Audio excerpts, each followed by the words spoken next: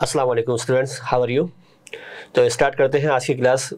इन last class हमने data type तक सारे फंक्शंस को कवर कर लिया था बेसिक लेवल पर। Today we are going to cover the review and view tabs, जो हमारा इस बेसिक लेवल का जो आखिरी टैब्स है हमारे पास, रिव्यू एंड व्यू टैब्स, उसको हम कवर करेंगे। Then move towards the functions, basic functions Excel. तो रिव्यू टिप्स के अंदर हमारे पास क्या क्या चीज़ें अवेलेबल है, पहले इसको हम गो थ्रू करते हैं। हमारे पास प्रूफिंग है, एक्सेसिबिलिटी है, लुकअप स्मार्ट है, लैंग्वेज है, कमेंट्स है एंड प्रोटेक्ट शीट्स है, जो बहुत ही इंपॉर्टेंट टॉपिक है जिसके बारे में मुझे आपसे डिस्कस करना है आज। Then going to view tapes.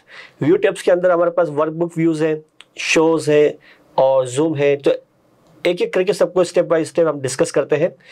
सबसे पहले स्पेलिंग आपके पास जो एक्सेल है ना, बेसिकली अब वर्ड पे आप जब आप काम करते हो तो वहाँ पर ग्रामेटिकल कोई मिस्टेक्स आप करते हैं तो वहाँ पर आपको रेड हाईलाइट्स कर दिया जाता है कि यहाँ पर कुछ मिस्टेक्स है यहाँ पर, ओके। तो लेकिन एक्सेल के अंदर बाय डिफ़ॉल्ट ये ऑन नहीं होता। एक्सेल के अंदर आपको ये उसको ऑन करवाना पड़ता है। किस तरीके से देख लेते हैं। मैं यहाँ पर कुछ लिखता हूँ यहाँ पर, आई एम मोहम्मद अमजद। नजर आ रहा है? नहीं, एक मिनट। ओके, मैंने यहां से कलर को चेंज किया। Now you can see that, okay. अच्छा, मुझे बेसिकली इसके अंदर देखना है कोई स्पेलिंग का एरर तो नहीं है, क्योंकि मोहम्मद अमजद आपकी डिक्शनरी में अवेलेबल नहीं होगा तो वो तो आपको एरर ही देगा। देख लेते हैं, चेक कर लेते हैं स्पेलिंग चेक। अच्छा, यहाँ पर वो आपको कुछ और वर्ड्स आपको यहाँ पर दे रहा है इन रिप्लेसमेंट में, तो वो वर्ड्स अगर आपको चाहिए तो वो ले लीजिए। मैं यहाँ पर एक काम करता हूँ, कोई एक इंग्लिश का वर्ड लिख लेता हूँ सो दैट इजीली उसको वो टैकल कर पाए। Right, okay. Then move towards the spelling. आप देख सकते हो स्पेलिंग के हवाले से मेरे पास यहाँ पर डिक्शनरी के अंदर यहाँ पर मैं एक काम कर देता हूँ, यहाँ पर लिख देता हूँ, ओके। मैं इंटेंशनली इसको गलत लिखता हूँ, ओके। इसको गलत लिख रहा हूँ। नाउ स्पेलिंग के अंदर मेरा यहाँ पर, अब यहाँ पर वो मुझे वर्ड बता रहा है कि ये जो आपने लिखा है ना ये गलत है। सही है, ये बता रहा है गलत है, और ये बता रहे क्योंकि इसकी डिक्शनरी में अवेलेबल नहीं है ये वर्ड। कह रहा है इसकी जगह पे आप ये वर्ड्स आप ले सकते हैं, रॉट है, राइट है, रीड है, जो भी वर्ड्स होगा अगर उसके सिमिलर होगा तो वो यहाँ पर आपको शो हो जाएगा, वहाँ से आप सेलेक्ट कर सकते हैं, ओके। तो यहाँ पर अगर एक्सेल के अंदर रहते हुए अगर आपको इस तरीके से टेक्स्ट वगैरह कुछ लिखना है और आपने देखना है कि वाकई इसकी स्पेलिंग सही है कि नहीं है, तो स्पेलिंग का ये आपके पास ऑप्शन अवेलेबल है, इसको आप यूज करेंगे। सिनोनिम्स देखने मुझे, मैंने कोई एक वर्ड्स लिखा रीड, ओके। इसके सिनोनिम्स क्या क्या अवेलेबल है मेरे पास, ये आप देख सकते हो। Recite, deliver, speak, spoke, spoken, declaim. सही है, ये सारे वर्ड्स कौन से हैं जो आप रीड की रिप्लेसमेंट में आप यूज कर सकते हो, okay. It's according to your requirement, आपको कौन सा वर्ड यूज करना है। Then moving towards the smart, ये जो आपके पास चेक एक्सेसिबिलिटी है इसको आप छोड़ दें, स्मार्ट लुकअप को भी आप छोड़ दें। ट्रांसलेशन पे हम आते हैं। ट्रांसलेशन मीन्स क्या, आपने कोई भी जुमला लिखना है, यहाँ पर कोई भी एक सेंटेंस लिख दे, I am Mohammad Amjad, okay. दोबारा मैं इसका कलर चेंज कर रहा हूँ और यहाँ से मैंने ब्लैक कलर चूज कर लिया, ओके। अब मैं क्या कर रहा हूँ, मैं जा रहा हूँ रिव्यू पे और इसकी स्पेलिंग, सॉरी इसका ट्रांसलेशन में चेक कर रहा हूँ। ट्रांसलेशन किस लैंग्वेज में चाहिए आपको, किसी भी लैंग्वेज में आप ले सकते हैं। ट्रांसलेशन में मैंने क्लिक किया, टर्न ऑन। फिलहाल यहाँ कुछ एरर आ रहा है, आई थिंक नेट की कनेक्टिविटी का इशू है, कुछ इशू यहाँ पर आ रहा है। तो इसके अलावा भी आपको मसला नहीं है, यहाँ पर आप दोबारा एक बार चेक कर लेते हैं इसको, okay. Now you can see that मैंने यहाँ पर लिखा I am Mohammad Amjad, okay. यहाँ पर इंग्लिश में इसका आपको मीनिंग सेम आएगा। मैं इसकी यहाँ से लैंग्वेज को चेंज कर रहा हूँ, what ever your language, native language. आप मैं उर्दू में ले रहा हूँ इसको फिलहाल। तो आप देख सकते हो मैं मोहम्मद अमजद हूँ, ओके। कोई भी सेंटेंस आप यहाँ पर लिखेंगे उसके उर्दू में ट्रांसलेशन या किसी और लैंग्वेज पे आपको उसकी ट्रांसलेशन चाहिए, एक्सेल पे रहते हुए ये ऑप्शन यहाँ पर रिव्यू के अंदर अवेलेबल है। यहाँ से आप यूज करके ट्रांसलेशन इजीली आप देख सकते हो। ये सारी बेसिक लेवल की चीज़ें हैं, इसके बारे में आपको इन्फॉर्मेशन होनी चाहिए। बीइंग एन एक्सेल यूजर आपको पता होना चाहिए कौन सा फंक्शन कहाँ अवेलेबल है, so that whenever you are going to required to use it, तो आपको पता होना चाहिए कहाँ पर अवेलेबल है, आप इजीली इसको यूज कर सको। कमेंट्स के बारे में हम बात करते हैं। बेसिकली जो डेटा हमारे पास अवेलेबल है यहाँ पर, इस डेटा को हम देख लेते हैं। सही है, serial number, product, customer, date, region, quantity sold, sales and sales per unit. Okay, now अगर ये डेटा मैं अपने बॉस को दे रहा हूँ विया ईमेल दे रहा हूँ, या एक प्रिंट आउट नहीं, ईमेल के थ्रू मैं दे रहा हूँ, सही है, तो अगर इस डेटा के अंदर किसी भी एक स्पेसिफिक फिगर पे, वैल्यू पे उसे अगर कुछ कमेंट्स पास करने हैं तो यहाँ पर कमेंट्स का ऑप्शन अवेलेबल है। ओके, जैसे मैंने यहाँ पर लिख दिया, जैसे एक एप्पल है और एप्पल की लास्ट जो ट्रांजैक्शंस है जो किस कस्टमर से हुई है, रिहाना। ओके, और इसके जो आपके पास सेल्स है, यहाँ पर मैं कमेंट्स एक लिख रहा हूँ, तो यहाँ से मैं कमेंट्स पे क्लिक करूंगा, एक विंडो आपके सामने ओपन हो चुकी है। यहाँ पर आप लिख लें, प्लीज गिव एक्सप्लेनेशन। ओके, ये आपने कमेंट पास कर दिया। जब ये दोबारा फाइल आपको दी जाएगी बॉस की तरफ से, तो ये कमेंट आपके पास शो हो रहा होगा, जिसमें आप इजीली देख सकते हो कि आपके बॉस आपसे क्या पूछना चाह रहे हैं। ओके, या कमेंट्स क्या ऑप्शन हमारे पास अवेलेबल है, हम इजीली इसको हम यूज करके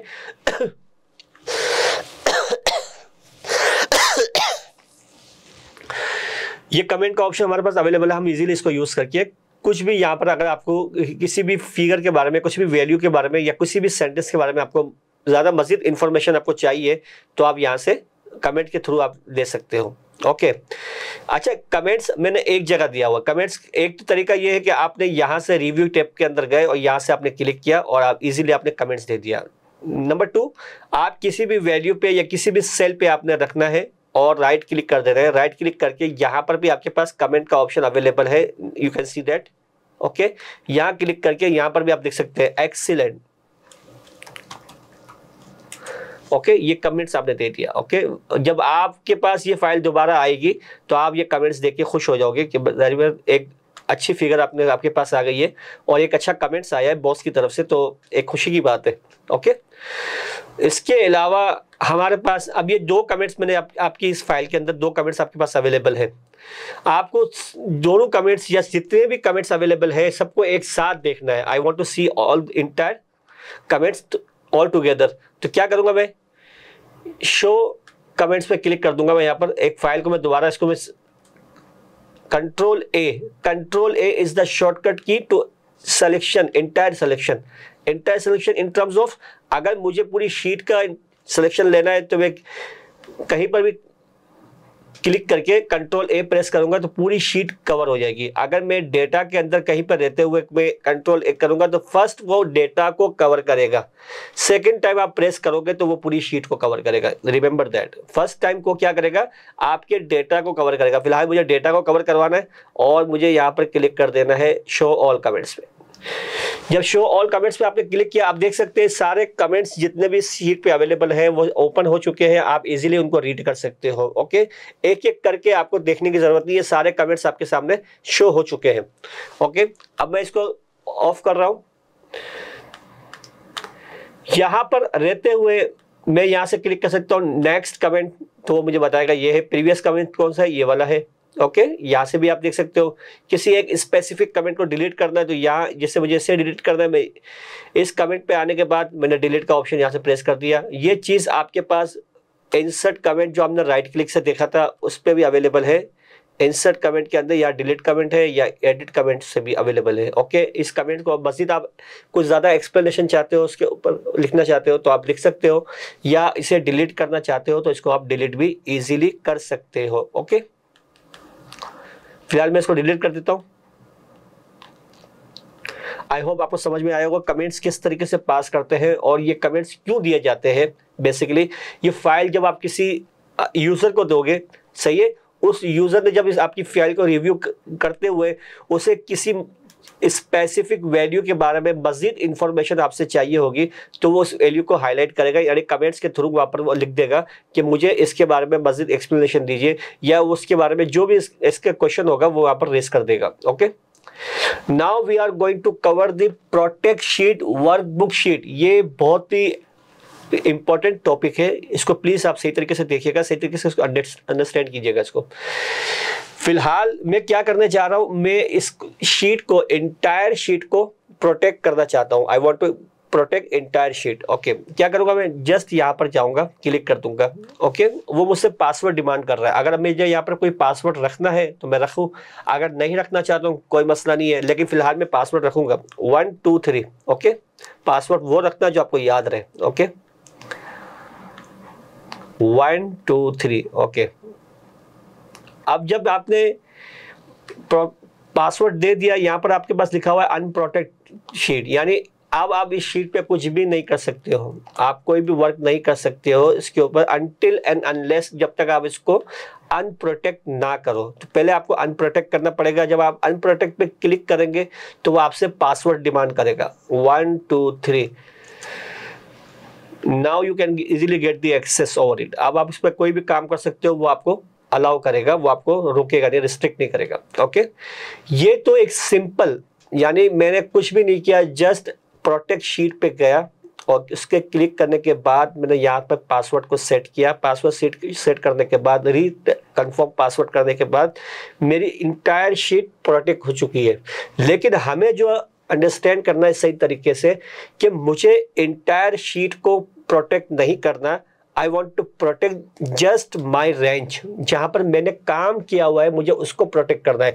यानी जिस यूजर को मैं ये फाइल दूंगा, उस यूजर को मैं अलाउ करूंगा कि वो स्पेसिफिक इस एरिया पे वो काम करे। अदरवाइज मतलब जो रेस्ट ऑफ द सेल्स है इस शीट के, वहां पर उसको एक्सेस नहीं होगा। जस्ट स्पेसिफिक इस एरिया पे उसको मैं एक्सेस दूंगा कि वो यहाँ पर काम कर सकता है, मेरी फिगर को अल्ट्रेशन कर सकता है, मॉडिफिकेशन कर सकता है, लेकिन वो शीट के अलावा, सॉरी, इस स्पेसिफिक रेंज के अलावा कहीं पर भी वो काम नहीं कर सकता। उसको किस तरीके से करेंगे, इससे पहले आपको एक चीज देख लेनी है कि आपकी जो शीट होती है बाय डिफॉल्ट वो लॉक होती है। किस तरीके से पता चलेगा सर कि ये लॉक है? आप कहीं पर भी राइट क्लिक करें, फॉर्मेट सेल की विंडो पे चले जाएं, ओके, और यहाँ प्रोटेक्शन पे आप जाएं तो ये आपको बताएगा लॉक। इट मींस आपकी इंटायर शीट के जितने भी सेल्स हैं वो बाय डिफॉल्ट क्या होते हैं, लॉक होते हैं। इसी वजह से जब मैं प्रोटेक्ट शीट पे क्लिक करता हूँ, जस्ट वो मुझसे पासवर्ड डिमांड करता है और इंटायर शीट आपकी लॉक हो जाती है। लेकिन इस वक्त हम क्या करने जा रहे हैं, हमें जस्ट एक स्पेसिफिक एरिया को अनलॉक रखना है, यानी यूजर को हम अलाउ करेंगे कि वो यहाँ पर काम कर सकता है, लेकिन किसी और एरिया पे इस शीट के अंदर वो काम नहीं कर सकता। उसको किस तरीके से करेंगे, आपने करना क्या है, पहले इंटायर शीट को, सॉरी इंटायर रेंज को आपने कवर करना है। कवर करने के बाद control one is the shortcut key of format cell window. Format cell window हमने किस तरीके से ओपन की थी, हम राइट क्लिक करके भी ओपन कर सकते हैं, यहाँ पर हमारे पास अवेलेबल है। लेकिन मैं क्या करूंगा, कंट्रोल 1 को प्रेस करूंगा सो दैट आपको इसकी भी अंडरस्टैंडिंग हो जाए कि इसकी शॉर्टकट की क्या आपके पास अवेलेबल है। मैं यहाँ पर आपके लिए लिख देता हूँ, कि हमारे पास यहाँ पर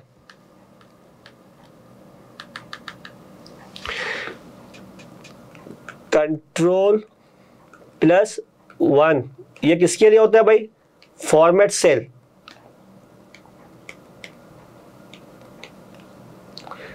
फॉर्मेट सेल की विंडो के लिए आप क्या करोगे,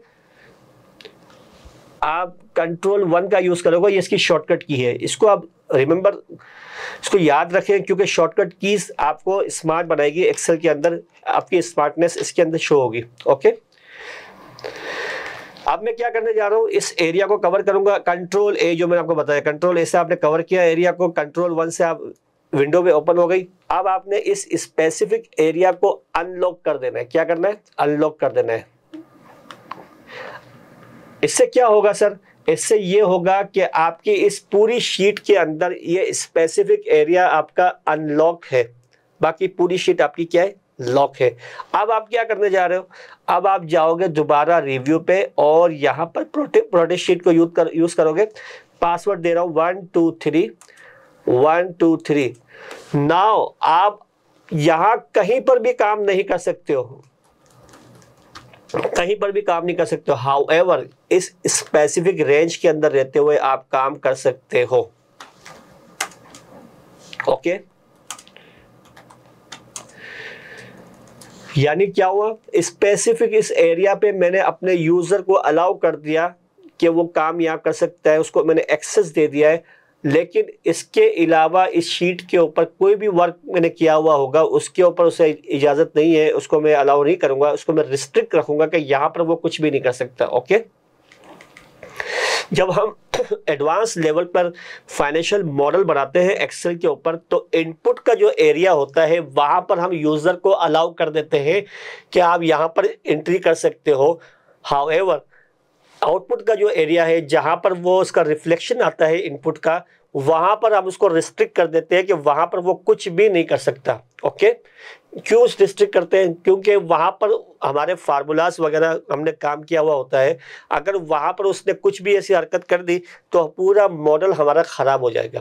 तो हम क्या करते हैं, इनपुट एरिया पे जहां पर एक यूजर एंट्री पास करता है वहां पर हम इसको अलाउ कर देंगे, लेकिन आउटपुट एरिया के ऊपर उसको हम रिस्ट्रिक्ट कर देंगे। सेम फॉर्मेट हमें यूज करना है, जो मैंने अभी आपके सामने मेथड यूज करना है, जो मैंने आपके सामने अभी यूज किया है। क्या करना है, उस स्पेसिफिक एरिया को आपने पहले अनप्रोटेक्ट करना है, सॉरी अनलॉक कर देना है। कंट्रोल 1 से आप उसकी विंडो पे जाके आप उसको अनलॉक कर दोगे। फिर आपने क्या करना है, मैं इसको पहले वो कर दूं अनलॉक, देन अब मैं क्या करूंगा, मैं इसको कंट्रोल 1 से पहले इसको अनलॉक करूंगा, जैसे अनलॉक किया हुआ ये।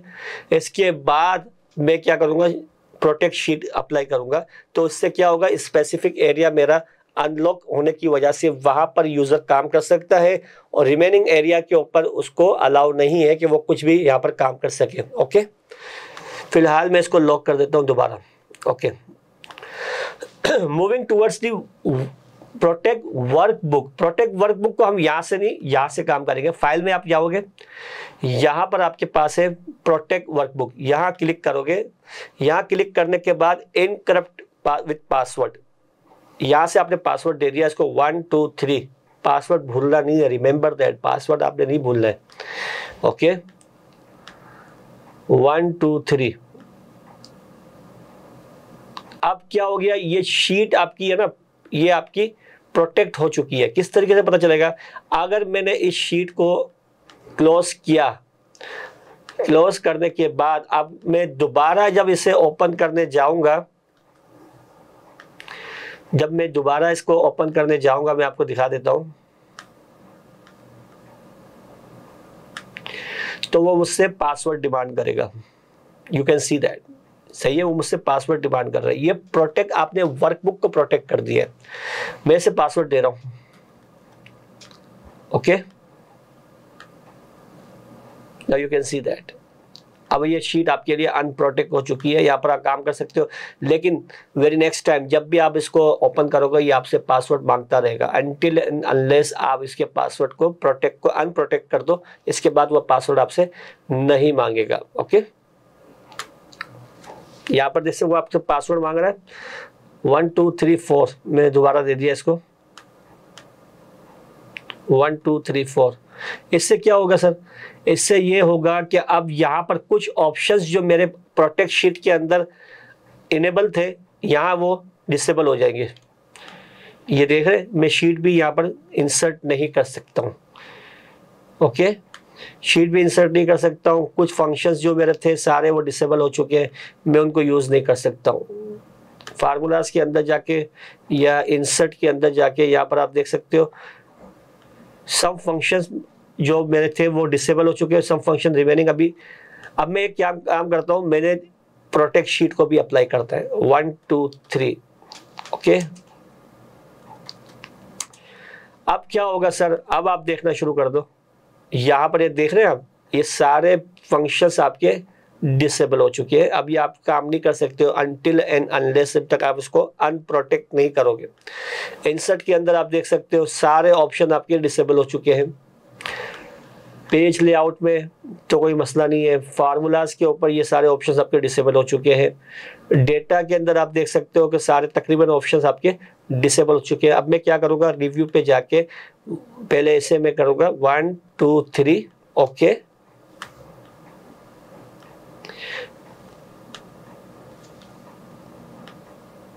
अनप्रोटेक्ट,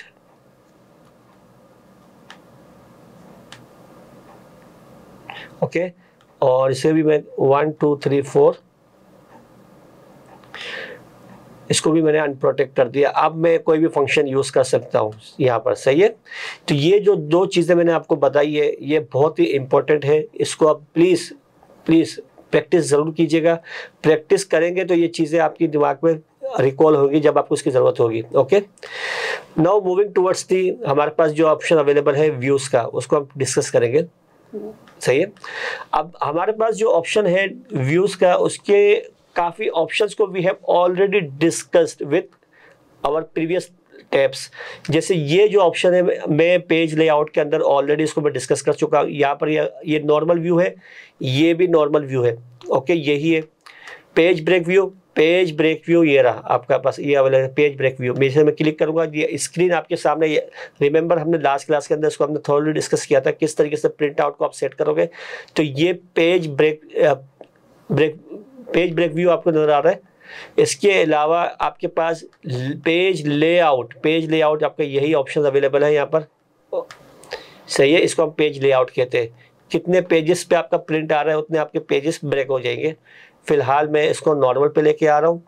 और इसके बाद कस्टम व्यूज़ पे आप क्लिक करेंगे तो आपके सामने एक और विंडो ओपन हो जाएगी जिस पे आपने कहा कि मुझे शो करवाओ। क्या शो करवाओ, पहले आपने एरिया को सेलेक्ट कर देना है, इसके बाद वो शो हो जाएगा आपके पास। फिलहाल आप छोड़ दो इसको।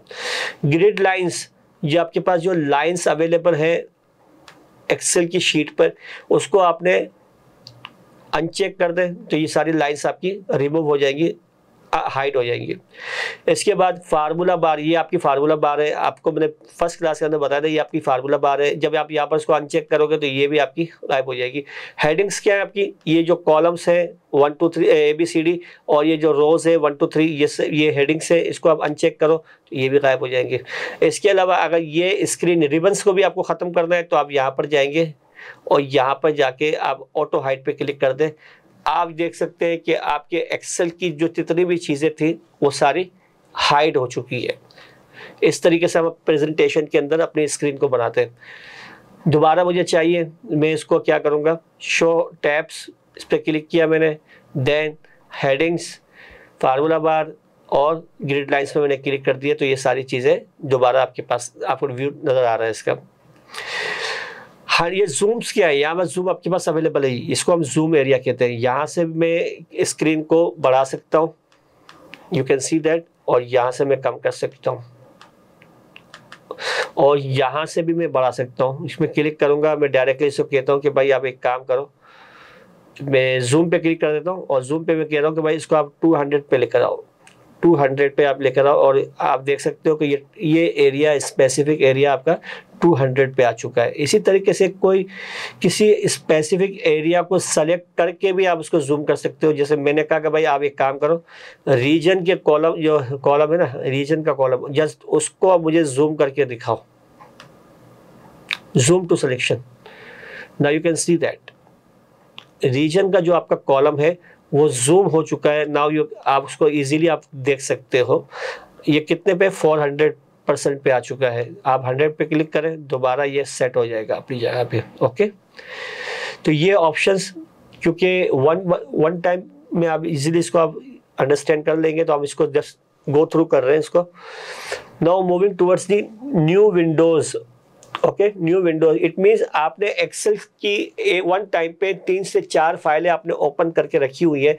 नाउ आपको सारी फाइलें एक साथ देखनी है। न्यू विंडोज पे आपने क्लिक किया तो एक और फाइल ओपन हो जाएगी, यानी मुझे एक और नई फाइल चाहिए एक्सेल की, तो मैं यहाँ क्लिक करूंगा तो एक और फाइल ओपन हो जाएगी। आप देख सकते हो यहाँ पर यहाँ पर अब एक्सेल की यहाँ पर इसने एक कॉपी बना दी है क्लास 2। हम ओरिजिनल फाइल कौन सी है मेरी, ये रही क्लास 1, सही है। और ये कौन सी फाइल है, इसकी कॉपी बना दी है इसने क्लास 2 के नाम से। मैं इसको अभी फिलहाल ऑफ कर देता हूँ। अभी मैं अरेंज ऑल पे क्लिक कर रहा हूँ। फिलहाल मेरे एक्सेल की 2 फाइलें ओपन है, एक ये रही बेसिक एक्सेल क्लासेस जो हम अभी पढ़ रहे हैं, फर्स्ट क्लास शॉर्ट फार्मूलाज जो अभी इसके बाद हम पढ़ेंगे। ये दोनों फाइलें ओपन है, मैं इसको क्लोज कर देता हूँ। अब मुझे करना क्या है, दोनों फाइलों को एक साथ देखना है। तो मैं क्या करूँगा, मैंने यहाँ पर क्लिक किया अरेंज ऑल पे, ओके। अब वो आपसे पूछ रहा है कि किस फॉर्मेट पे आपको फाइल चाहिए। मैंने कहा हॉरिजॉन्टल पे आप ले आओ।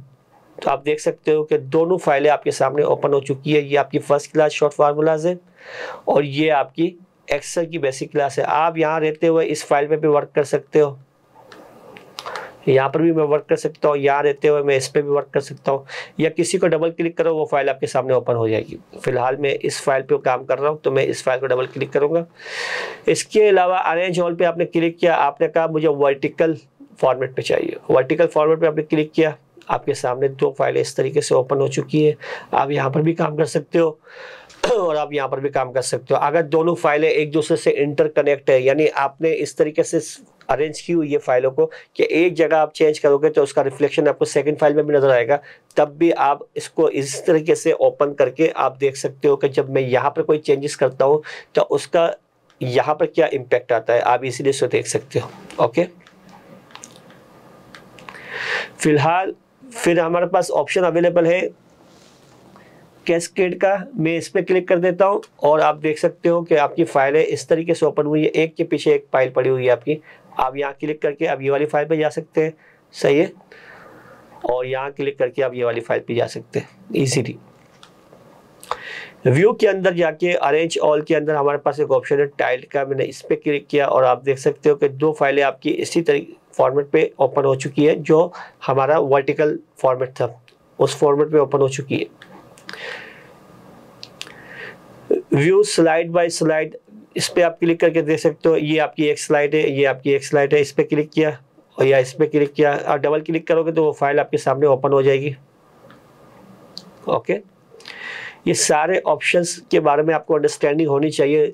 रेयरली यूज होते हैं लेकिन बीइंग एन एक्सेल यूजर आपको इसके बारे में पता होना चाहिए ये फंक्शंस कहाँ अवेलेबल है, सो दैट जब भी आपको रिक्वायरमेंट हो उसको यूज करने की तो आप उसको इजीली यूज कर सको, ओके। स्विच विंडो, फिलहाल एक्सेल की 2 फाइलें मैंने ओपन करके रखी हुई है, दोनों का नाम यहाँ पर मैं शो हो रहा है। मैंने इस पे क्लिक किया तो ये फाइल ओपन हो जाएगी,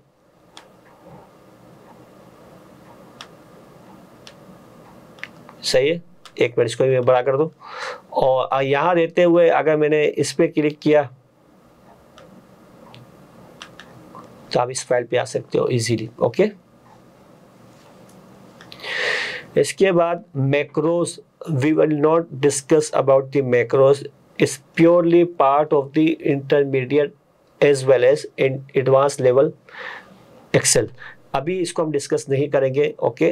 बस मैक्रो के बारे में थोड़ी सी अंडरस्टैंडिंग में आपको ये बता देता हूँ मैक्रो होता क्या है। बेसिकली मैक्रोस क्या काम करता है, जब डेली बेसिस पे एक ही काम आपको डेली बेसिस पे करना होता है ना, तो वहाँ पर मैक्रो आपके लिए हेल्पफुल रहता है। आपने जस्ट एक मरतबा काम करके उसको रिकॉर्ड करवा देना है मैक्रो के थ्रू, देन सेकेंड टाइम आपने जस्ट उस मैक्रो को रन करवाना है, सारा काम वो खुद करेगा, आपको कुछ करने की ज़रूरत नहीं है। उसकी प्रैक्टिकल एग्जांपल्स मैं आपको इंटरमीडिएट लेवल पे बताऊंगा किस तरीके से होती है, ओके। तो सो फार हमने क्या किया, home tab, insert tab, page layout, formulas, data tab, reviews and views, सब टैब्स को हमने थोरोली डिस्कस किया है। आई होप आपको समझ में आया होगा। अगर नहीं समझ में आया, कोई भी आप क्वेश्चन हो नोट डाउन करके रख ले, जब हमारी इंशाल्लाह मीटअप होगा हमारा तो इस पे हम डिस्कस करेंगे और आपके सारे इश्यूज को हम रिजॉल्व कर देंगे, ओके। अब हम जाते हैं फार्मूला टैब के अंदर, जो हमने छोड़े थे कुछ फंक्शंस को। ये फंक्शंस जो हमारे पास अवेलेबल थे उसको हमने डिस्कस नहीं किया था और हमने कहा था कि we will discuss in intermediate level, और at the end of the basic level पे हम इसको डिस्कस करेंगे। तो at the end of the basic level, अब जो मैं पढ़ाने जा रहा हूँ आपको वो बेसिक लेवल का एंड है, यानी उसके अंदर प्योरली हम बात जो करेंगे फंक्शंस के बारे में और किसके बारे में, फार्मूलाज के बारे में बात करेंगे। दोनों का डिफरेंसेस क्या है मैं ऑलरेडी आपसे डिस्कस कर चुका हूं, दोबारा मैं आपको बता दूंगा कि जब एक्सेल से जो फंक्शंस अवेलेबल है, जो उसके एक्सेल की डिक्शनरी के अंदर अवेलेबल है, उससे आप यूज़ करोगे तो वो फंक्शंस कहलाते हैं। जब मैनुअली कोई कैलकुलेशन आप plus minus subtract multiplication divide आप मैनुअली करेंगे तो ये सारी चीज़ें आपकी फार्मूले में कवर होती हैं। ओके, इसको हम किस तरीके से कवर करते हैं, तो हम चलते हैं अपनी नेक्स्ट शीट की तरफ जहां पर सारी चीजें अवेलेबल है इन terms of functions and formulas. First of all मैं जितने भी फंक्शंस में इसमें ऑलरेडी मैं कर चुका हूं सबको एक साथ में डिलीट कर रहा हूं। किस तरीके से होंगे सर ये अभी आपको पता नहीं चलेंगे, लेकिन मैं आपको बताऊंगा बाद में।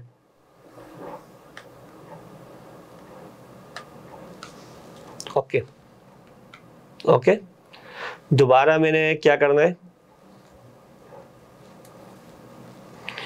स्पेशल में जाना है। ये किस तरीके से, इसके बारे में बाद में बस डिस्कस करेंगे, जब आपका टाइम आएगा मैं आपको ज़रूर बता दूंगा। फिलहाल में आप नोट डाउन कर ले कि ये चीज़ भी मुझे आपको पता नहीं है। ओके, मेरे पास कमेंट्स का है। ओके, कमेंट्स ये रहे और ये सारे कमेंट्स को मुझे क्या करना है, डिलीट कर देना है। ओके, अच्छा अब हम क्या करने जा रहे हैं, हम अपने फंक्शंस को यूज़ करने जा रहे हैं हमारे डेटा के ऊपर। डेटा हमारे पास अवेलेबल है, थोड़ा सा मैं स्क्रीन को बड़ा कर देता हूँ, आप इजीली डेटा को देख सको। मैच 1, मैच 2 एंड मैच 3, हमारे पास 3 मैचेस के रिकॉर्ड है। सही है, 3 मैच के हमारे पास रिकॉर्ड अवेलेबल है, मैच 2, मैच 3।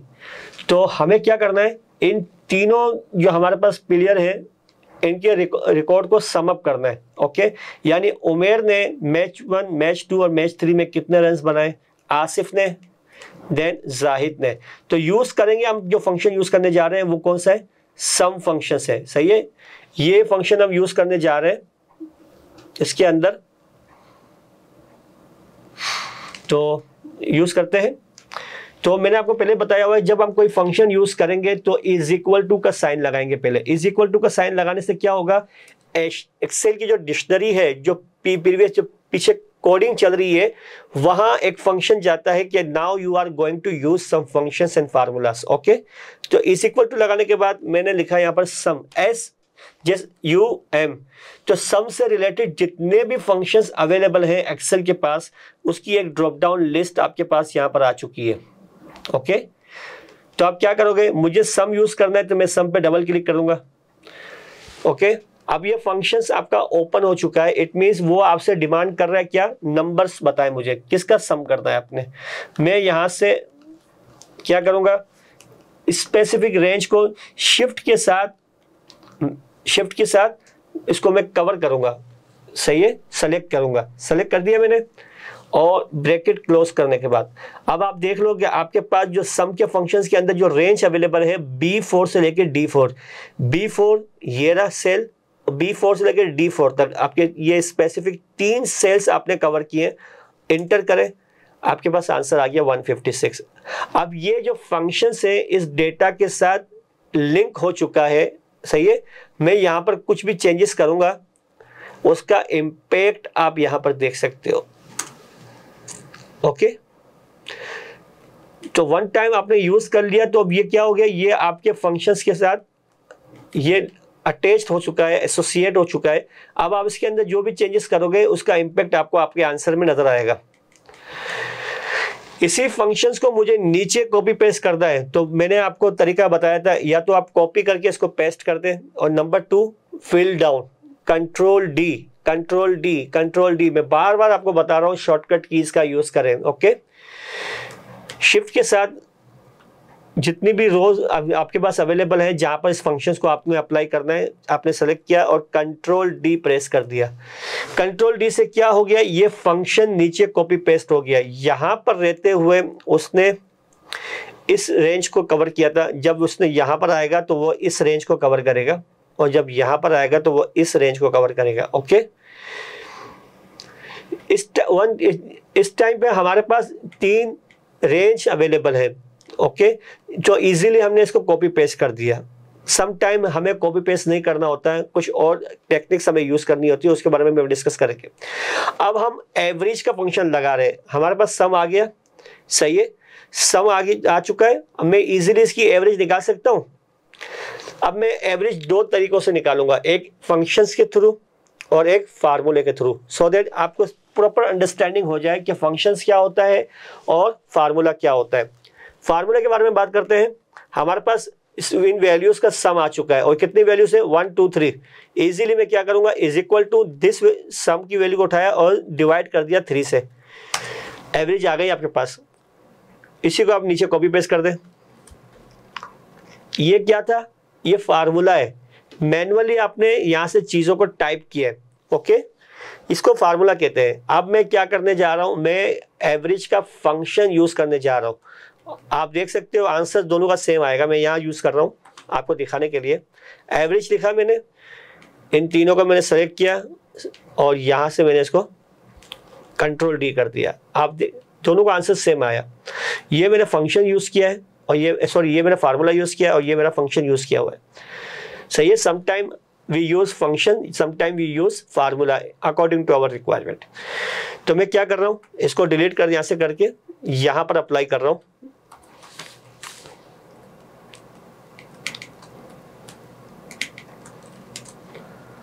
सही है, ये आपके सामने आंसर आ चुके हैं फंक्शन यूज किए हुए। मैक्स का फंक्शन क्या होता है, मैक्सिमम, इस स्पेसिफिक रेंज के अंदर मैक्सिमम वैल्यू कौन सी है वो यहां पर आपको शो कर देगा। सम टाइम हमारे पास बिग डेटा होता है। ओके, बिग डेटा होता है तो हमें उस बिग डेटा के अंदर एक मैक्सिमम वैल्यू को फाइंड आउट करना होता है, जो थोड़ा सा एक टिपिकल टास्क होती है हमारे पास।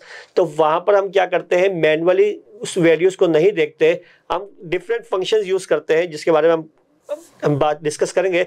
लेकिन राइट नाउ हम किसके बारे में डिस्कस करेंगे, मैक्स के बारे में। तो हम मैक्स का फंक्शन भी यूज कर सकते हैं to find out the maximum value. Okay,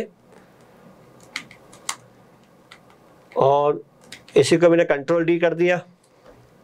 okay, इस स्पेसिफिक रेंज के अंदर 66 सबसे हाईएस्ट वैल्यू है, 86 है और यहाँ पर 88 है। तो आंसर हमारा यही आ रहा है, सेम आ रहा है। ओके, मिन का function small value, same function में यूज कर रहा हूं।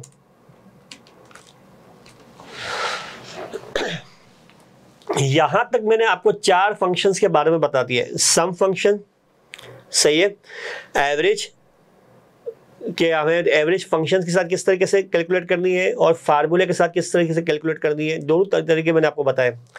मैक्स क्या करता है, to find out the maximum value और to find out the minimum value, min का फंक्शन बता रहा है। ओके, ये 4 फंक्शन मैंने आपके सामने डिस्कस किए। उसमें कोई भी इशू हो तो प्लीज तो नोट डाउन कर लें, हम उसको जल्दी रिजॉल्व करेंगे।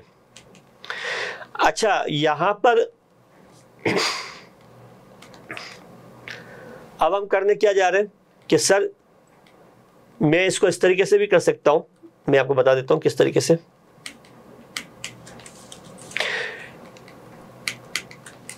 एक मर्तबा मैंने सम का फंक्शन लगा दिया। ओके, सम का फंक्शन मैंने लगा दिया तो आपके सामने ये स्पेसिफिक रेंज क्या हो गई है, सेलेक्ट हो चुकी है, इसका आंसर आ गया। अब मुझे करना क्या है कि मुझे इसको इस तरीके से कॉपी करना है, इस तरीके से कॉपी करना है। आपको पहले एक्टिव करना है सेल को और इस तरीके से कॉपी करना है। कॉपी कर दिया आपने, कंट्रोल सी। अब मैंने क्या किया, पूरी रेंज को सेलेक्ट किया जहां जहां मुझे इस फंक्शंस को अप्लाई करना है और मैंने कंट्रोल वी कर दिया। Wait for a while.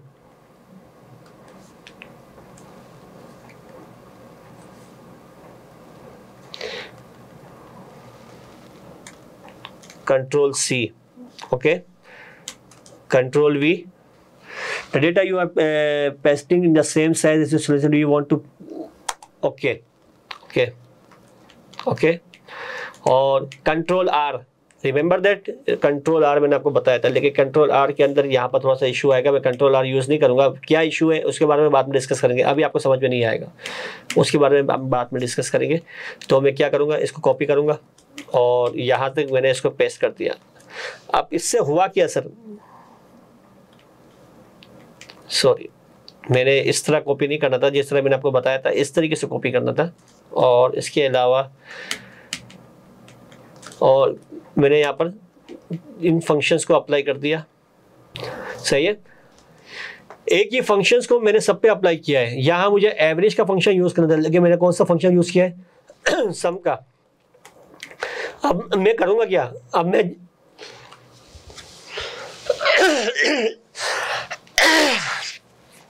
Okay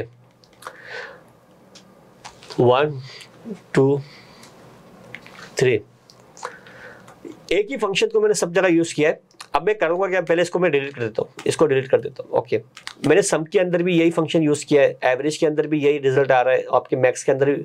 अब मुझे करना क्या है, मुझे जस्ट यहाँ पर जाके इसको एक्टिव करना है F2 से। F2 से ये एक्टिव होगा और यहाँ से सब मुझे सिर्फ इसका नाम चेंज कर देना है। आप इस तरीके से भी कर सकते हो। ओके जस्ट नेम को चेंज करेंगे, बार बार आपको सिलेक्शन करने की ज़रूरत नहीं है। सिलेक्शन आपने ऑलरेडी एक मरतबा सम के फंक्शन की जब कैलकुलेशन की थी आपने कर ली थी। अब आपने जब इसको कॉपी पेस्ट करना है और यहाँ पर आके इसका नाम चेंज कर देना है। और जब एक मरतबा चारों फंक्शन यूज़ हो चुके हैं, चारों को एक साथ सेलेक्ट करो और कंट्रोल डी प्रेस कर दो। सही समझ में आई क्या किया मैंने, जब एक ही फंक्शन को मैंने सब पे अप्लाई किया, देन मैंने इसके नेम को चेंज कर दिया। नेम चेंज करने के बाद जहाँ जहाँ इन फंक्शंस को मुझे यूज़ करना है वहाँ मैंने कंट्रोल डी से क्लिक किया और यहाँ पर फंक्शंस आपके पास अप्लाई हो चुके हैं। प्रैक्टिस आप करेंगे तो ये सारी चीज़ें फिंगर टिप्स पे आपके आ जाएंगी। बस प्रैक्टिस चाहिए आपसे। कमिटमेंट यही हमारा हुआ था कि आप हर चीज़ की प्रैक्टिस करोगे और प्रॉपर अटेंशन के साथ आप क्लास को आप अटेंड करोगे, ना कि इसकी रिकॉर्डिंग ऑन करके आप कहीं और चले जाओ, इस तरीके से नहीं। आपको बैठना है, साथ साथ इसकी प्रैक्टिस करनी है, पॉज करना है। पॉज करने के बाद पहले आपको इसकी प्रैक्टिस करनी है। समझ में आ गया, इश्यू रिजोल्व हो गया, देन आप आगे जाए। ओके यही तरीका होता है हमारा सीखने का। अब हम क्या करने जा रहे हैं, now we are going to discuss about the large functions and small function. Recently हमने डिस्कस किया था मैक्स एंड मिन का। मैक्स क्या करता है, स्पेसिफिक रेंज के अंदर जो आपकी मैक्सिमम वैल्यू होगी वो आपका रिजल्ट होगा। ओके मिन क्या करता है, स्पेसिफिक रेंज के अंदर जो मिनिमम वैल्यू होगी वो आपका रिजल्ट होगा। लेकिन लार्ज फंक्शंस और मैक्स का क्या डिफरेंसेस है और स्मॉल फंक्शन और मिन का क्या डिफरेंसेस है, इसको हम डिस्कस करते हैं। हमारे पास यहाँ पर फर्स्ट, सेकंड एंड थर्ड लिखा हुआ है। इसका क्या मतलब, इसका इट मींस लार्ज फंक्शंस के अंदर ये फ्लेक्सिबिलिटी अवेलेबल है कि आप second largest value and third largest value को भी कैलकुलेट कर सकते हैं by using large function. Similarly small function के अंदर भी ये आपके पास अवेलेबल है फ्लेक्सिबिलिटी कि आप क्या कर सकते हो, सेकंड स्मॉलेस्ट वैल्यू और थर्ड स्मॉलेस्ट वैल्यू को भी कैलकुलेट कर सकते हो। मैक्स के फंक्शंस के अंदर ये फ्लेक्सिबिलिटी अवेलेबल नहीं है। वो जस्ट मैक्सिमम वैल्यू जो हाईएस्ट वैल्यू होगी उसको वो रिजल्ट देगा, वो सेकंड लार्जेस्ट वैल्यू और सेकंड स्मॉलेस्ट वैल्यू को कंसिडर नहीं करेगा। तो यहाँ पर हम लार्ज फंक्शन यूज़ कर रहे हैं। लार्ज, जब आपके पास आपने लार्ज लिख दिया, आपके ड्रॉप डाउन लिस्ट में यही एक फंक्शन अवेलेबल है, तो आपने टैब प्रेस कर देना, या डबल क्लिक यहाँ कर दो या टैब प्रेस कर दो। ओके अब मैंने क्या किया, इनको सेलेक्ट किया। सेलेक्ट करने के बाद आपने यहाँ पर कोमा लगाना है। कोमा लगाने के बाद वो आपसे पूछ रहा है कौन सी वैल्यू है, फर्स्ट, सेकंड, थर्ड। मैंने कहा फर्स्ट, यानी लार्जेस्ट वैल्यू मुझे चाहिए 9000। आप देख सकते हैं मैनुअली 4-5 वैल्यूज आपके पास अवेलेबल है। इजीली आप देख सकते हो कि 9000 is the largest value in this particular range. Now we are going to discuss about the second largest value. Okay, मैंने selection किया, comma second. Now we are going to discuss about the third largest value.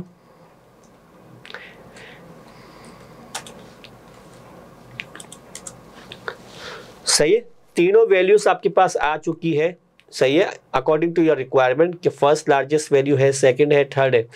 लेकिन यहाँ पर आपने एक चीज़ note की होगी कि मुझे इन वैल्यूज़ को कैलकुलेट करने के लिए बार बार स्पेसिफिक रेंज को सेलेक्ट करना पड़ रहा है।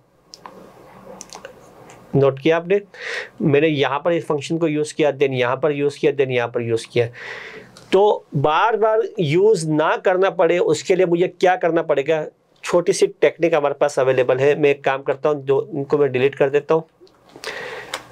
लार्ज, ओके, स्पेसिफिक रेंज को सेलेक्ट करने के बाद आपने F4 प्रेस करना है। क्या करना है? F4 प्रेस करना है। F4 प्रेस करने से क्या होगा सर कि ये जो स्पेसिफिक रेंज है ना, उसके आगे आपके पास डॉलर साइन आ जाएगा। डॉलर साइन नजर आ रहे हैं आपको?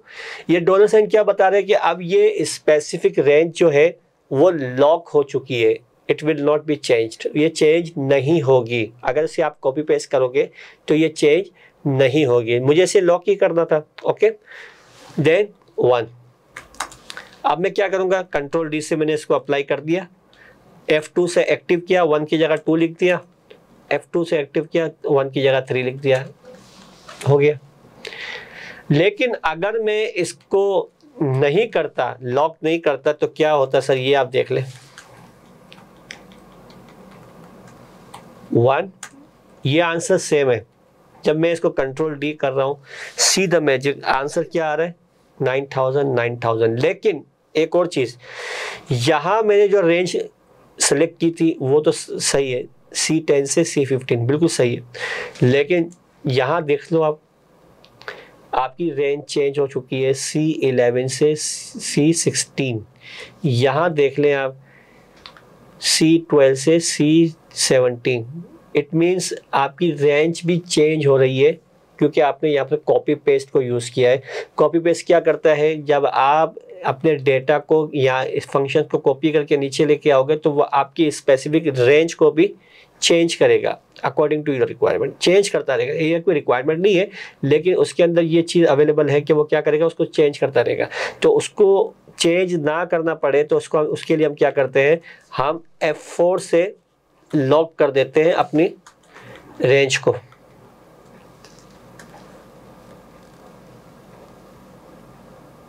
ओके, 1, कंट्रोल डी, अब इसको आपने 2 कर दिया और इसको आपने 3 कर दिया। सही है, ये तरीका बड़ा अच्छा होता है। आपने स्पेसिफिक रेंज को आपने क्या कर दिया, लॉक कर दिया। अब लॉक करने से क्या हुआ, यहाँ पर भी यही है C10 से C15, यहाँ पर भी यही है और यहाँ पर भी यही है। जस्ट आपने नंबर्स चेंज किए अकॉर्डिंग टू योर रिक्वायरमेंट और आपके पास आंसर आ चुका है। अब हम डिस्कस करने जा रहे हैं स्मॉल फंक्शन। सेम फंक्शन है, सेम मेथड है। क्या करोगे, स्मॉल, इसको आपने F4 कर दिया, लॉक कर दिया, 1, इसको आपने चेंज कर दिया 2 और इसको आपने चेंज कर दिया 3। ओके, यहाँ स्मॉलेस्ट वैल्यू है, यहाँ आपके पास लार्जेस्ट वैल्यू अवेलेबल है।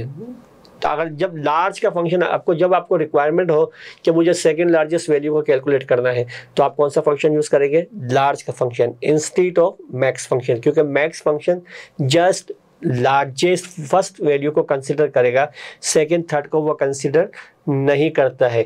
जब आपको मिन का फंक्शन यूज करना पड़ेगा तो वो जस्ट मिनिमम फर्स्ट वैल्यू को कैलकुलेट करेगा, जो सबसे स्मॉलेस्ट वैल्यू होगी। Second smallest value, third smallest value को वो कवर नहीं करेगा। उसके लिए आप कौन सा फंक्शन यूज करोगे, स्मॉल का फंक्शन यूज करोगे, ये आपको पता होना चाहिए। Moving towards the count functions, please इसको पॉज करके प्रैक्टिस जरूर साथ साथ करें आप। सही है, इसको पॉज करके 1 टाइम 2 टाइम इसकी प्रैक्टिस करें, सारी चीजें आपकी प्रिजर्व हो जाए आपके माइंड में। सही है, यही हमारा एजेंडा है कि आप आराम आराम से इसको पढ़ें, लेकिन सही तरीके से पढ़ें। काउंट फंक्शन, काउंट फंक्शन में और सम के फंक्शन में क्या डिफरेंसेस है भाई। सम क्या करता है, वैल्यूज का सम अप आपको बताता है। सम क्या करता है, वैल्यूज को सम करके उसका आंसर आपको देता है, एक्यूमुलेट करता है, उसका आंसर आपको देता है। वेयर एज काउंट क्या करेगा, नंबर ऑफ ट्रांजैक्शंस को वो कैलकुलेट करेगा कि ऊपर जो स्पेसिफिक रेंज जो आपने सेलेक्ट की हुई है उसमें कितनी ट्रांजैक्शंस हुई है उसको वो कंसिडर करेगा और नंबर ऑफ ट्रांजैक्शन को वो आंसर आपको दे देगा। किस तरीके से थोड़ा देख लेते हैं इसको। अच्छा, यूज करने से पहले थोड़ी सी इसकी थ्योरी पढ़ लेते हैं हम। इसकी थ्योरी तो देख लेते। काउंट फंक्शन क्या करेगा, ये काउंट का फंक्शन है, ये क्या करेगा, just consider the numeric values.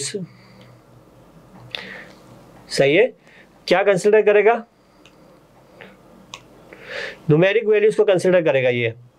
सही है, और ये क्या कंसीडर करेगा, count A consider the numeric और अल्फा न्यूमेरिक वैल्यूज, इन दोनों को कंसीडर करेगा।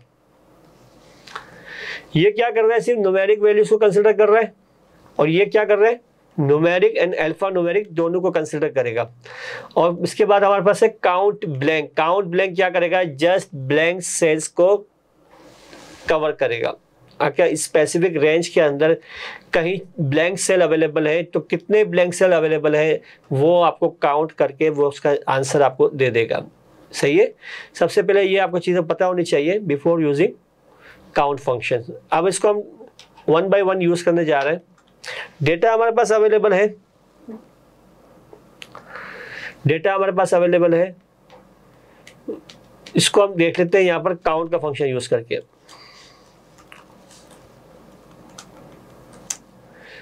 ओनली आंसर इज 3, यानी जो ऊपर जो रेंज है उसमें 3 सेल्स ऐसे हैं जहां पर न्यूमेरिक वैल्यूज अवेलेबल है, 3000, 7500 एंड 6400। तो यही आपका आंसर होगा 3। ओके, अल्फा न्यूमेरिक टैक्स उसको वो कंसिडर नहीं करेगा। ओके, ऑल्दो ये आपकी रेंज का पार्ट तो है लेकिन फंक्शन इसको कवर नहीं कर रहा। सेम फंक्शन में यूज करने जा रहा हूं, काउंट ए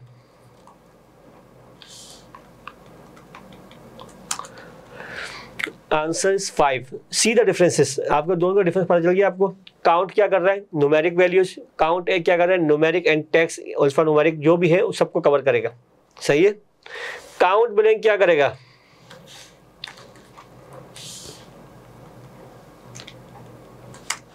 जीरो, स्पेसिफिक रेंज के अंदर कोई भी ब्लैंक सेल्स अवेलेबल नहीं है। अगर मैं यहाँ पर ब्लैंक कर दूं इंटेंशनली, आप देख सकते हो आंसर चेंज हो जाएगा आपका। अब मुझे इसी फंक्शंस को यहां पर पेस्ट करवाना है, क्या करूंगा मैं, कंट्रोल आर। कंट्रोल आर से क्या हुआ, स्पेसिफिक फंक्शन आगे कॉपी पेस्ट हो चुका है। अब आप यहां पर ये वाली आपके पास रेंज अवेलेबल है और यहां पर ये वाली रेंज अवेलेबल है। जब रेंज अलग अलग हो तभी आपको कॉपी पेस्ट करना है, वरना कॉपी पेस्ट आपका काम भी खराब कर देगा। रेंज यहां पर अलग अलग है लेकिन रेंज की साइज एक ही है तो आपको कॉपी पेस्ट कर देना है, इजीली वो यूज कर लेगा। अब मुझे करना क्या है, वही तरीका आपको जो मैंने ऊपर आपको बताया है वो तरीका आपको बताना है दोबारा। काउंट सिलेक्शन, सिलेक्शन करने के बाद क्या करोगे, F4। ओके, कंट्रोल डी और कंट्रोल आर। ओके, अब यहां पर करना क्या है सर, कि यहां पर आप उसको क्या कर चुके हैं, लॉक कर चुके हैं। तो इजीली इसको यहां से रहते हुए जस्ट कंट्रोल ए कर, काउंट ए कर देना है और यहां पर काउंट ब्लैंक कर देना है। सही है, आंसर आपका सेम आ गया, कंट्रोल आर। सही है, अब आपको समझ में आया होगा। एक मिनट, काउंट ब्लैंक क्या मसला कर रहा है। अच्छा, यहां पर आपने इसको लॉक किया हुआ है, सॉरी, इसको लॉक किया हुआ है तो भाई ये आपके नीचे आएगा, यहां पर आपको अलग करना पड़ेगा। सही है, यहाँ अलग करना पड़ेगा क्योंकि स्पेसिफिक ये रेंज आपकी लॉक है, तो इसके लिए आपको ये अलग करना पड़ेगा। काउंट F4 डी, यहां पर क्या करोगे, काउंट ए, यहां क्या करोगे, काउंट ब्लैंक,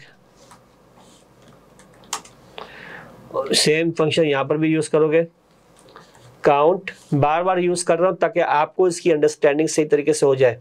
बार बार मैं यूज कर रहा हूं इस फंक्शन को ताकि आपको पता चल जाए किस तरीके से हम इसको यूज करेंगे। ओके, अच्छा मैंने इसको लॉक नहीं किया, F4 control D, count A और काउंट ब्लैंक, सही है।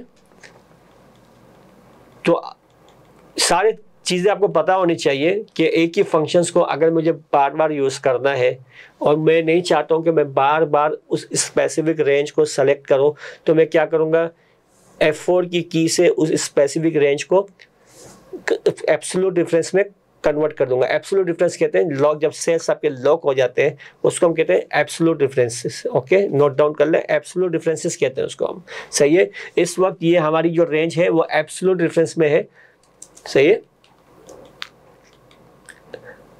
तो आई होप आपको समझ में आया होगा कि काउंट के फंक्शन के अंदर जस्ट न्यूमेरिक वैल्यूज कंसिडर होती है।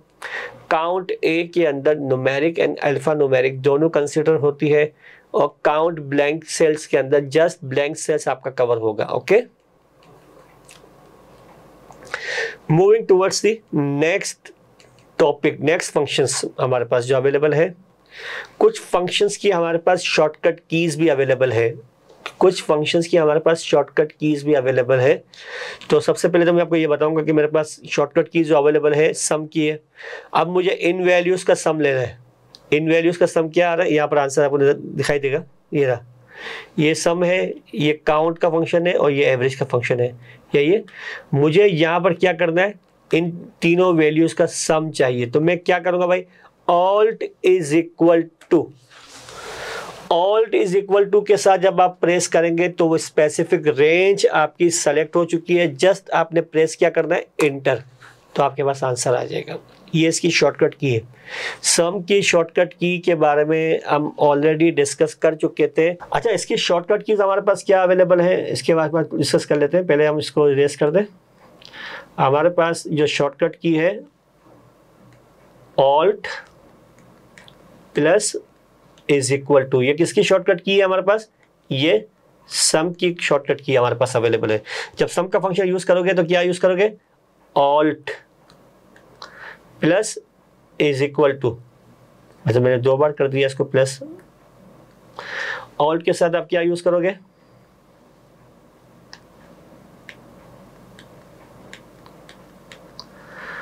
ऑल्ट के साथ आप क्या यूज करोगे, इज इक्वल टू को यूज करोगे, सही है। तो ये आपकी शॉर्टकट की है, किसकी, सम के फंक्शन की। अब हम डिस्कस करने जा रहे हैं कि जो और हमारे पास शॉर्टकट की अवेलेबल है। टुडे का फंक्शन जो है वो क्या करता है, टुडे का फंक्शन क्या बताता है आपको, वो आज की डेट आपको बताएगा। आज क्या डेट है भाई, सही है, वो डेट आपको यहाँ पर टाइप करवानी है। तो आप टुडे का फंक्शन लिख दें, is equal to today, bracket open bracket close. तो आज की डेट आपके पास आ चुकी है कि क्या डेट है, 14 मार्च 2025। ओके, अब मुझे यहाँ पर शॉर्टकट की का यूज करना है। ऑलरेडी मैं यहाँ पर लिख चुका हूँ control semicolon, control semicolon, control के साथ सेमीकोलन प्रेस करो तो आज की डेट आ गई आपके पास, सही है। ये शॉर्टकट कीज आपको फिंगर टिप्स पे पता होनी चाहिए, सही है, ताकि आप इसको यूज कर सको। नाउ का फंक्शन क्या बताता है, नाउ का फंक्शन डेट एंड टाइम दोनों यहाँ पर आपको शो करेगा। नाउ सॉरी,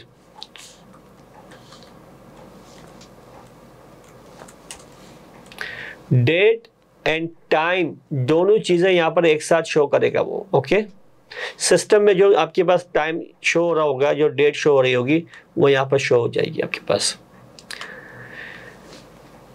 अब हम क्या करने जा रहे हैं, पहले सबसे पहले मैं टाइम का फंक्शन यूज कर रहा हूं। टाइम का फंक्शन भाई शॉर्टकट की क्या है, control shift semicolon. Control shift के साथ मैंने क्या किया, सेमीकोलन को यूज किया। तो इस वक्त क्या टाइम हो रहा है वो आपके सामने यहाँ पर शो हो गया। ओके। अब मुझे इस टाइम में से मिनट को अलग करना है, आवर्स को अलग करना है, तो मैं ये फंक्शन यूज कर सकता हूँ। आवर्स और टाइम बता दो उसको, ये वाला टाइम है, तो बताएगा कि इस टाइम के अंदर आवर्स ये वाला है, मिनट्स कौन सा है,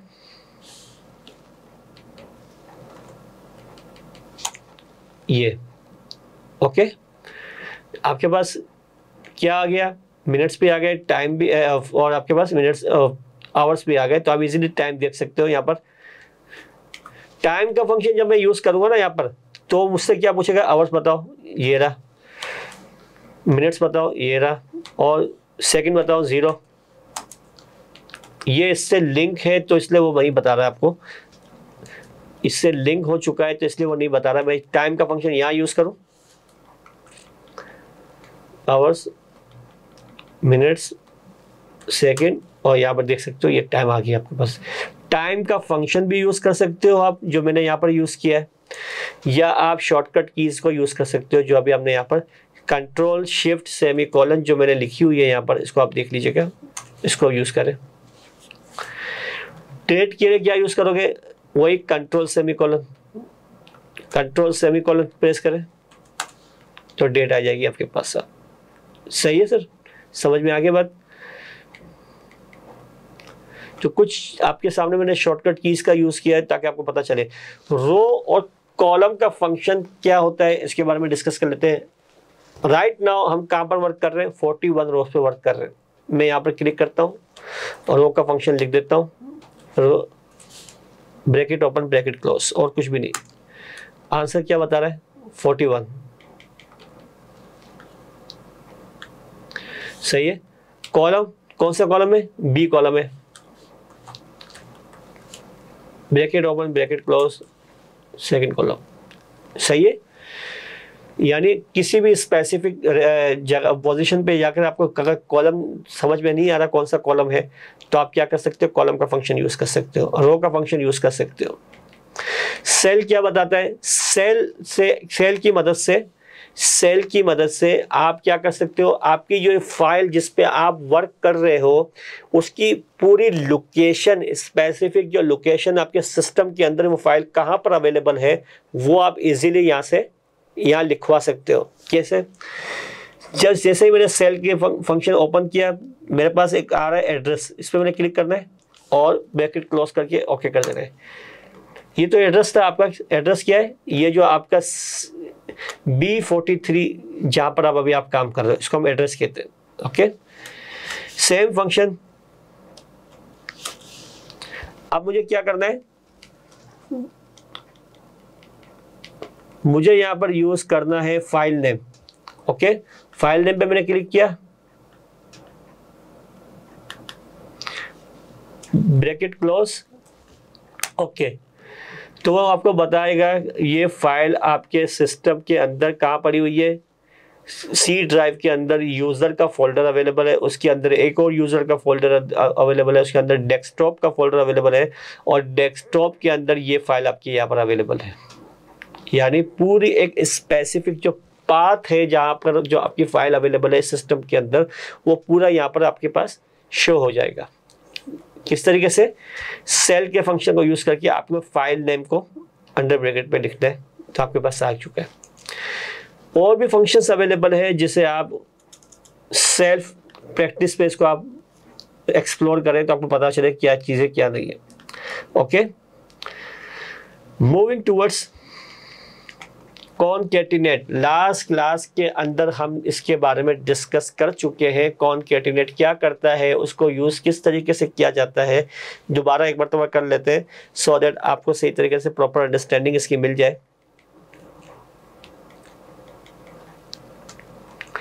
इन दोनों नामों को मुझे क्या करना है, ज्वाइंट करना है। अब मैं एक काम करता हूं, ये तो मेरे पास अवेलेबल है कॉनकैटिनेट, इसके बाद मेरे पास अवेलेबल है टैक्स ज्वाइन, ये भी मेरे पास फंक्शन अवेलेबल है, और इसके बाद मेरे पास अवेलेबल है फॉर्मूला। मैं तीनों तरीकों से आपको बता रहा हूं ताकि आपको सारी इंफॉर्मेशन पता होनी चाहिए। सही है। यहां यूज करूंगा मैं कॉनकैटिनेट, यहां यूज करूंगा टैक्स ज्वाइन, और यहां यूज करूंगा फार्मूला। कंट्रोल आर से मैंने कॉपी पेस्ट कर फॉर्मेटिंग कॉपी पेस्ट करवाती मैंने। सबसे पहले कॉन्कैटिनेट ऑलरेडी डिस्कस किया हुआ है हमने, कॉन्फिडेंस नहीं, कॉन्कैटिनेट ये okay, this name comma this name, दोनों नाम आपके सामने आ चुके हैं, लेकिन दोनों के बीच में स्पेस नहीं आ रहा। स्पेस के लिए हमने क्या किया था, यहाँ पर इन्वर्टिस कोमा के अंदर हमने एक स्पेस दिया था, फिर कोमा लगाने के बाद इंटर किया था, तो आपके पास स्पेस आ चुका है। ओके, कंट्रोल डी से मैंने इस फंक्शन को नीचे कॉपी पेस्ट करवा दिया। टेक्स्ट ज्वाइन क्या करेगा, टेक्स्ट ज्वाइन के सिंटैक्स थोड़े से चेंज होते हैं। सबसे पहले वो आपसे डिलीमीटर पूछ रहा है, यानी दोनों के बीच में क्या ऐसी यूनिकनेस है। तो मैंने कहा भाई स्पेस है, इन्वर्टेड कोमा के अंदर मैंने स्पेस दे दिया। वो कहता है कि आपने क्या करना है, एम्प्टी सेल है, मैंने कहा कि कुछ भी नहीं है, ट्रू कर दो, आप इग्नोर करना, अगर एम्प्टी हो तो उसको इग्नोर करो। उसके बाद वो कह रहा है कि मुझे टेक्स्ट बताओ, मैंने कहा ये वाला अवेलेबल है, उसके बाद ये वाला अवेलेबल है। ओके, और ब्रैकेट क्लोज किया, ओके कर दिया। ये भी चीज़ आपके सामने आ गई है, यानी दो फंक्शंस आपने सीख लिए हैं, कॉन्कैटिनेट, टेक्स्ट ज्वाइन, दोनों का काम एक ही होता है, बस दोनों की अंडरस्टैंडिंग थोड़ी सी डिफरेंट है।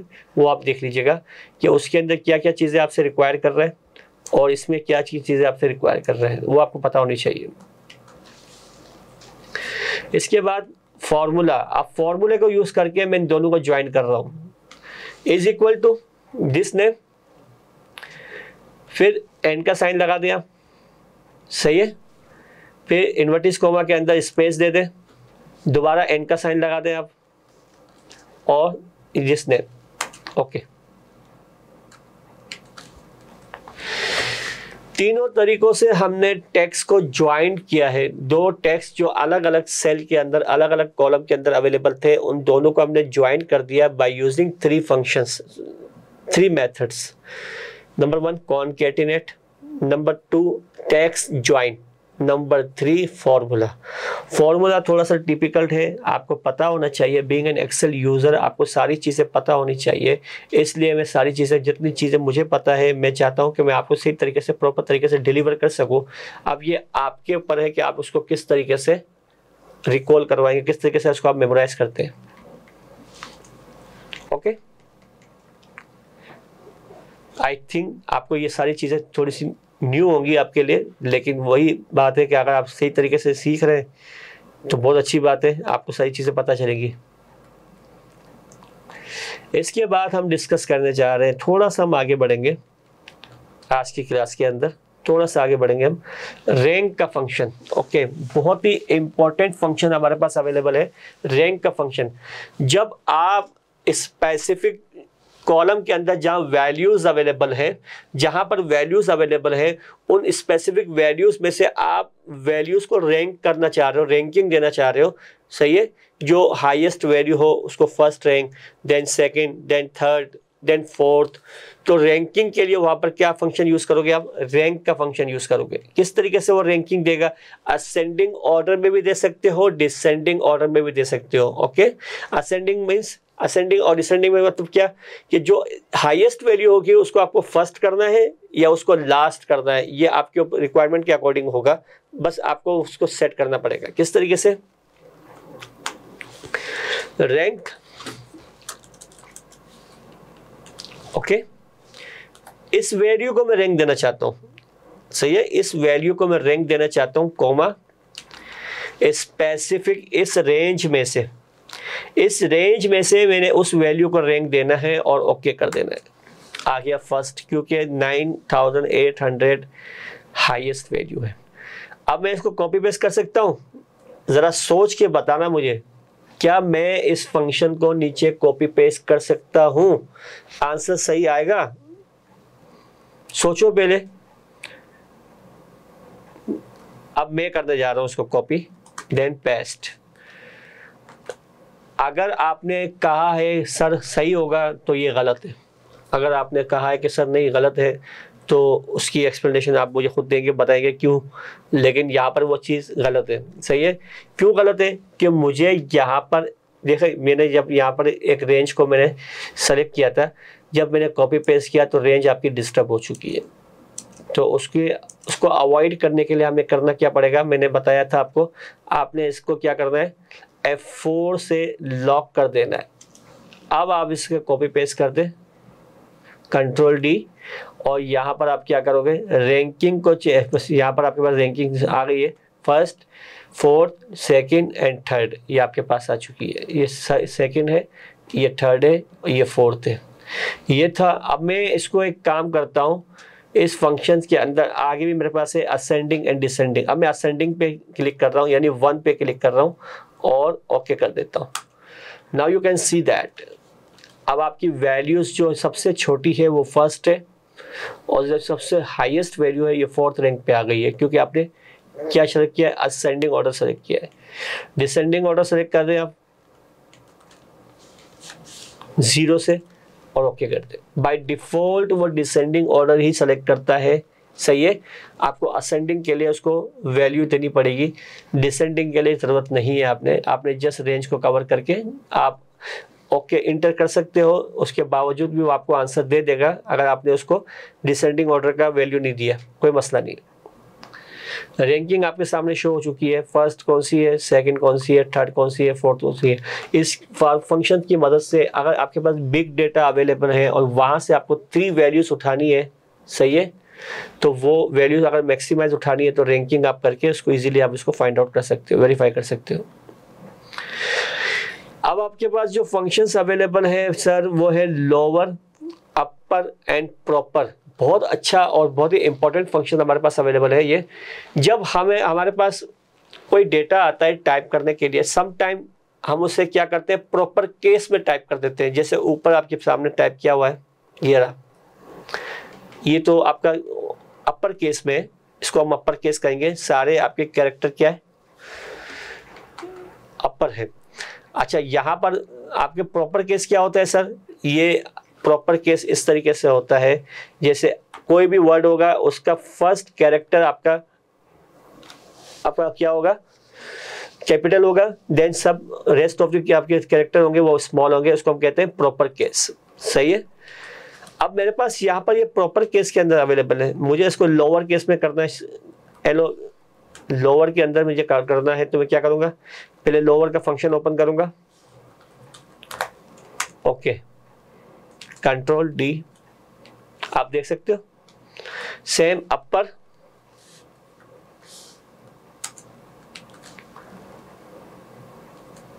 अच्छा प्रॉपर के लिए, अगर मैंने प्रॉपर के लिए ये फंक्शन यूज किया प्रॉपर के लिए और ये इन वैल्यूज को सेलेक्ट किया तो कोई फायदा नहीं होगा, क्योंकि ये ऑलरेडी प्रॉपर केस के अंदर अवेलेबल है, मुझे यहां से सिलेक्शन लेनी पड़ेगी।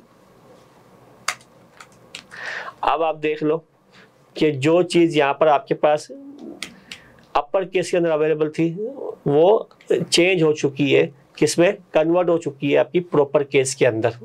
ओके, तीनों चीज आपको पता होनी चाहिए। अगर मेरे पास यहाँ पर प्रॉपर केस है, मैं लोअर में किस तरीके से लूंगा, अपर में किस तरीके से लूंगा। अगर अपर केस है तो सर मैं लोअर में और प्रॉपर में किस तरीके से लूंगा। अगर प्रॉपर केस है तो लोअर में और अपर में किस तरीके से लूंगा, ये आपको पता होना चाहिए। ओके, ट्रिम का जो फंक्शन हमारे पास अवेलेबल है बहुत ही इम्पोर्टेंट फंक्शन है, इसकी इम्पोर्टेंस बहुत ज़्यादा है। जब आप उसको एडवांस लेवल पे यूज़ करोगे तब आपको पता चलेगा कि किसी क्या इम्पोर्टेंस है। फिलहाल आपको आइडिया देने के लिए मैं यहाँ पर लिख देता हूँ, यहाँ पर इंटेंशनली पाकिस्तान स्टेट ऑयल के बीच में मैंने स्पेसिस ज़्यादा क्रिएट किए हैं। आप देख सकते हो स्पेसिस ज़्यादा आपके पास आ रहे हैं, यहाँ पर कुछ स्पेसिस यहाँ है, कुछ स्पेसिस यहाँ पर अवेलेबल है, सही है। लेकिन इन सारे स्पेसिस को जो ज़्यादा है, एक्सेसिव है, उनको ख़त्म करना है, उनको रिमूव करना है, तो मैं क्या फंक्शन यूज़ करूँगा, ट्रिम का फंक्शन यूज़ करूँगा।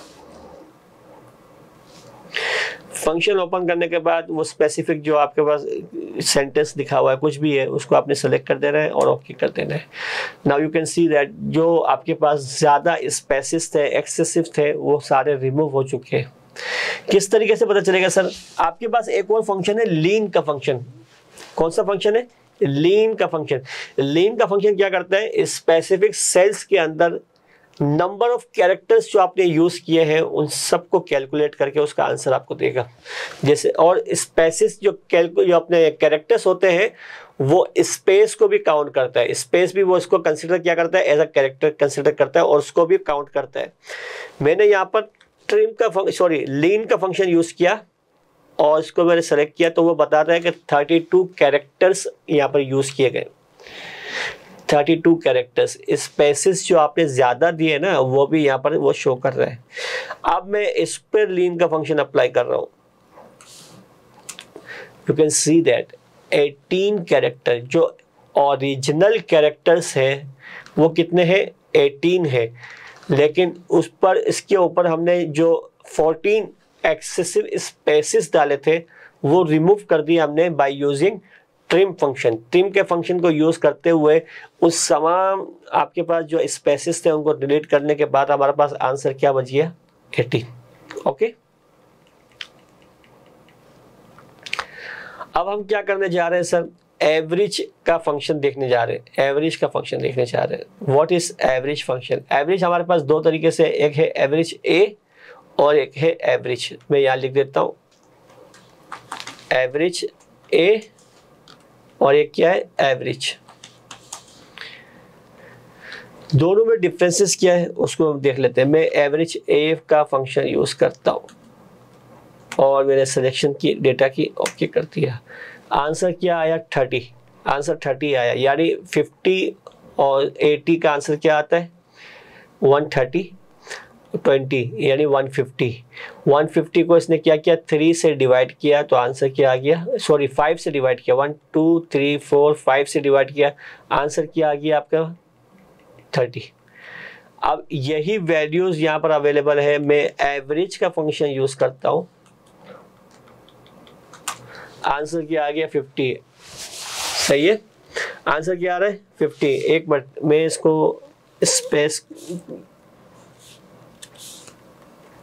ओके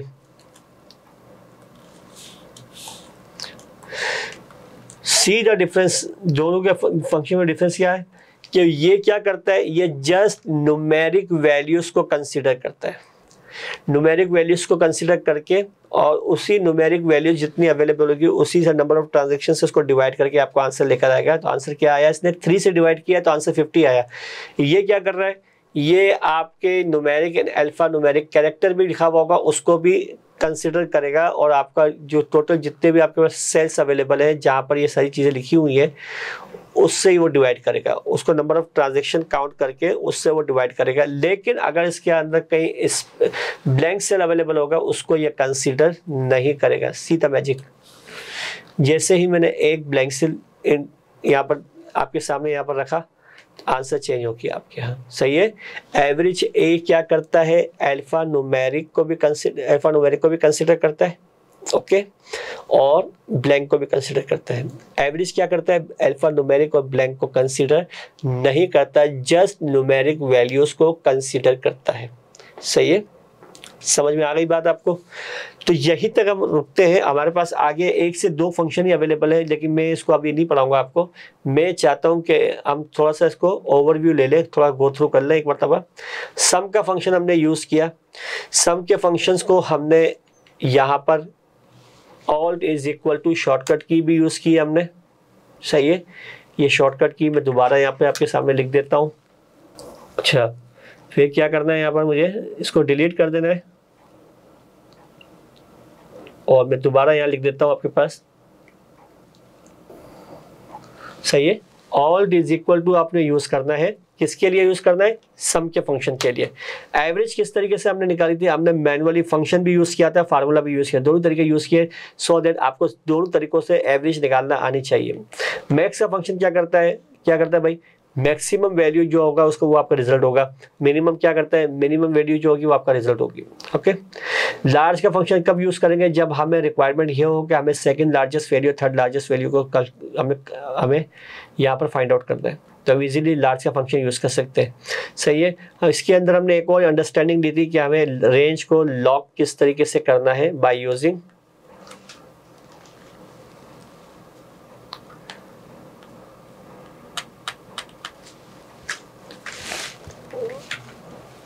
हमें क्या करना पड़ेगा, हमें यहाँ पर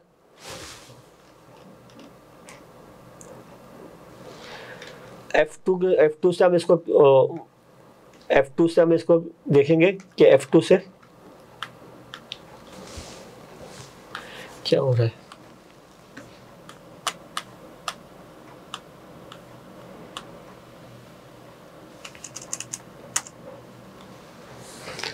one two three, okay. Large का फंक्शन हमने यूज किया था। लार्ज के फंक्शन से क्या करते हैं भाई, हम सेकंड लार्जेस्ट वैल्यू और थर्ड लार्जेस्ट वैल्यू को कैलकुलेट करते हैं। आप देख सकते हो कि हमने एक और अंडरस्टैंडिंग दी थी कि हमें स्पेसिफिक रेंज को कब लॉक करना पड़ेगा, जब इस रेंज के ऊपर हम डिफरेंट फंक्शन को यूज़ करेंगे, तब हम उस स्पेसिफिक रेंज को हम लॉक कर देंगे, ताकि हमें बार बार रेंज को सेलेक्ट करने की ज़रूरत ना हो। तो यहाँ पर हमने इसको लॉक करवाया था और यहाँ पर हमने इसको कॉपी पेस्ट करवा के जस्ट इसके नंबर्स को चेंज किया था हमने। रिमेंबर दैट स्मॉल का फंक्शन सेम मेथड हमने यूज़ किया था। फिर काउंट के फंक्शंस को हमने डिस्कस किया। काउंट के फंक्शंस के अंदर हमारे पास क्या है, just consider the numeric values. कौन है, काउंट ए क्या करता है, consider the numeric and alpha numeric. Count blank क्या करता है, consider the blank values. Okay, ये तीनों चीज़ें आपको पता होनी चाहिए कि जब मुझे ब्लैंक को कंसीडर करवाना है तो ब्लैंक का फंक्शन लगाऊंगा, अल्फा न्यूमेरिक कंसीडर करवाना है तो मैं काउंट ए का फंक्शन लगाऊंगा, और न्यूमेरिक को कैलकुलेट करवाना है तो मुझे क्या करना है, काउंट का फंक्शन लगाना है। जब मुझे अल्फा न्यूमेरिक प्लस न्यूमेरिक दोनों को कंसीडर करवाना है तो काउंट ए का फंक्शन लगाऊंगा मैं। ओके, प्रॉपर अंडरस्टैंडिंग आपको होनी चाहिए इनकी।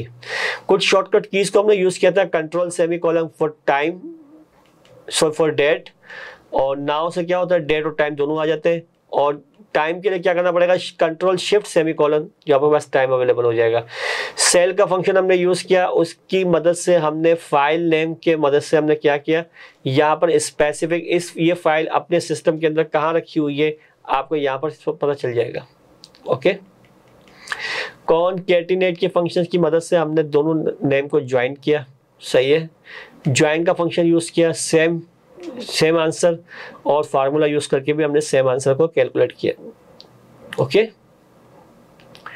रैंक का फंक्शन किस तरीके से यूज किया जाता है एक मरतबा देख लें। पहले आप उस स्पेसिफिक वैल्यू को आप हाईलाइट करोगे जिसको रैंकिंग देनी है अपने, फिर इसके बाद एक रेंज को आप हाईलाइट करोगे जिसके अंदर से आपको रैंकिंग देनी है। सही है, असेंडिंग डिसेंडिंग क्या होता है ये आपको मैंने बता दिया है। लोअर क्या करना है, प्रॉपर किस तरीके से यूज़ होगा, और अपर किस तरीके से यूज़ होगा, इसके बारे में अंडरस्टैंडिंग दे चुके हैं। एवरेज एक ट्रिम का फंक्शन क्या करता है, ज़बरदस्त फंक्शन है ये भाई। एक्सेसिव जितने भी स्पेसिस होंगे उन तमाम स्पेसिस को वो क्या करेगा, रिमूव कर देगा, और ओरिजिनल जो इसकी एक फॉर्मेट होना चाहिए लिखने का वो आपके सामने शो हो जाएगा। ओके, एक स्पेस तो होना चाहिए, एक स्पेस आपके पास अवेलेबल है। लीन का फंक्शन यूज़ किया था हमने यहाँ पर।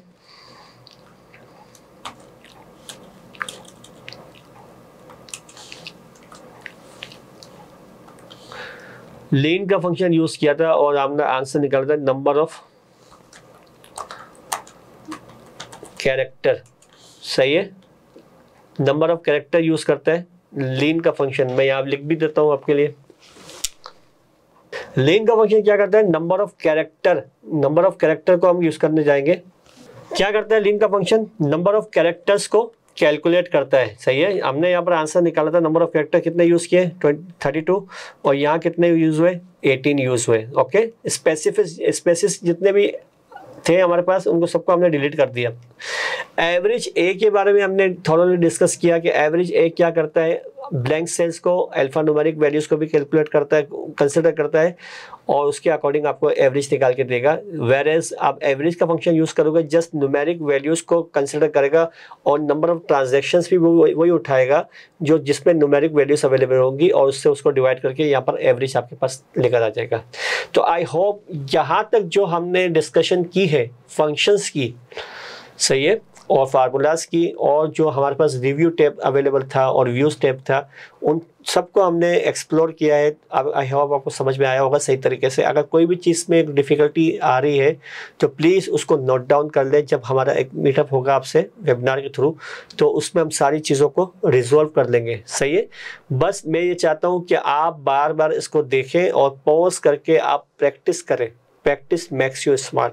प्रैक्टिस नहीं करेंगे तो ये सारी चीज़ें आपके माइंड से दोबारा गायब हो जाएंगी, सारी चीज़ें आप बिल्कुल ब्लैंक हो जाओगे, तो फिर बेकार होगा आपका एक्सेल सीखना। एक्सेल का अगर आप प्रो यूज़र बनना चाहते हो तो सारी चीज़ें आपको पता होनी चाहिए, और हम पूरी कोशिश करेंगे कि मैं सारी चीज़ें मैं आपको डिलीवर कर सकूं जो चीज़ें मेरे पास अवेलेबल है एक्सेल की। तो मैं एक्सेल की सारी चीज़ों को आपके साथ डिस्कस करूंगा, लेकिन आपसे ये कमिटमेंट चाहिए कि आप सही तरीके से प्रॉपर तरीके से क्लास को अटेंड करेंगे, पॉज करके इसकी प्रैक्टिस करेंगे, क्लास ख़त्म होने के बाद भी इसकी आप प्रैक्टिस करेंगे। सही है, सारी चीज़ों को प्रिजर्व करेंगे, मेमोराइज करेंगे, सो दैट अपनी फिंगर टिप्स पर लेके आनी सारी चीज़ें हमें फिंगर टिप्स पर लेके आने के लिए हमें क्या करना पड़ेगा, बार बार उसको रिवाइज करना पड़ेगा, बार बार उसकी प्रैक्टिस करनी पड़ेगी।